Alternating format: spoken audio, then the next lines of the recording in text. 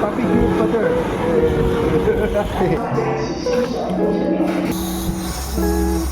Ito nga pala ang sistema natin ngayon, tamang hilata pa tayo. Dahil nakakatamad ngayong araw na to. At araw ngayon ng Martes at kinabukasan day off na naman tayo.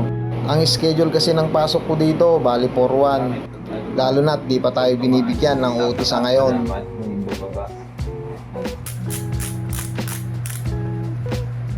At nung natapos na nga tayo magbihis, lumabas na tayo dyan at tamang hintay na lang tayo dito. 6:10 na din at maya maya darating na din yung service namin. Hindi mo talaga masasabi ang panahon na minsan talagang tatamarin ka.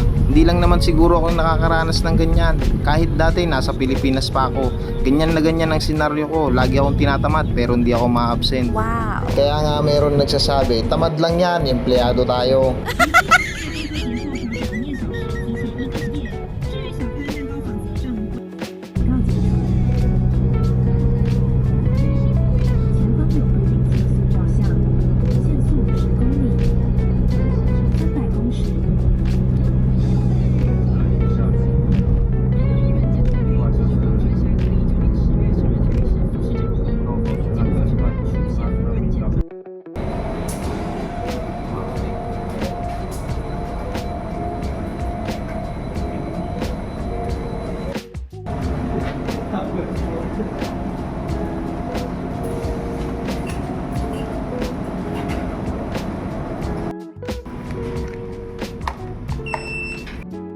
Bababa tayo.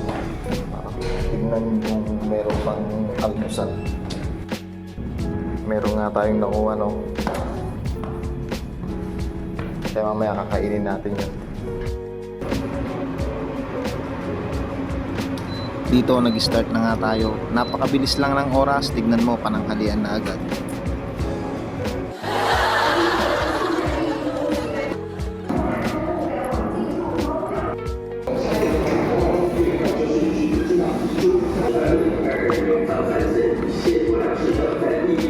Dito nga pala sa kantin namin, makapagamit ka talaga ng chopstick dahil tignan mo naman kung anong style ang kutsara nila dito. Parang barko talaga. At mabilisan lang tayong kakain dyan dahil itutulog ulit natin para may lakas naman tayo magtrabaho.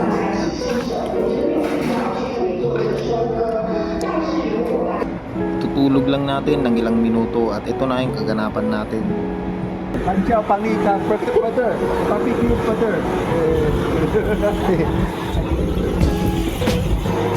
Kaya papi cute butter ah. What? Dito nga, kamuntikan ng maliban ng mukha natin dahil sunog na nga, lalo pang masusunog.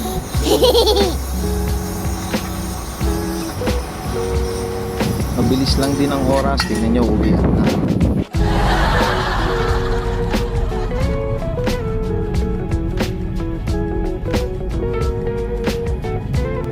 Ngarag na naman tayo ngayon, kaya okay lang yan. Kaya magbibisa tayo agad at maliligo. At meron nga rin pala tayong nagpapa-shoutout na si Rudy Sadel Bowler. Isa rin to sa kaibigan natin na nag-uumpisa mag-vlog gaya natin. At ito nga rin pala ang kanyang page. At yun lang, ako pa din si Isi, isang OFW dito sa bansang Taiwan. At araw-araw pa rin naghihintay ng paggising na isahod na. Salamat sa pagsama mo. Hanggang sa muli. Bye-bye.